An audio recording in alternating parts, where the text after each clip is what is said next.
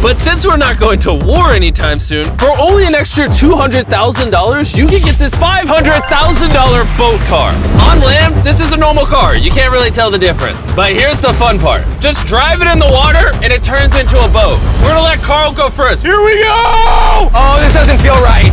This doesn't feel right. I'm having them go first just so I can make sure it works. Are we sinking? No, we're floating. It looks like it worked. Let's see what happens. Oh my God, we're driving in the water.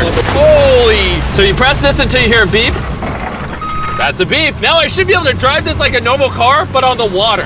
Tia, hold on. Woo! Oh, This is incredible. woo! This was literally a car 5 seconds ago. Yeah! You know, I would be out there with them, but I get car sick and boat sick. Oh, we're getting there. Oh. Whoa! Whoa! Whoa! Oh my God! All right, Carl! Carl! Carl! They should not have let me drive this.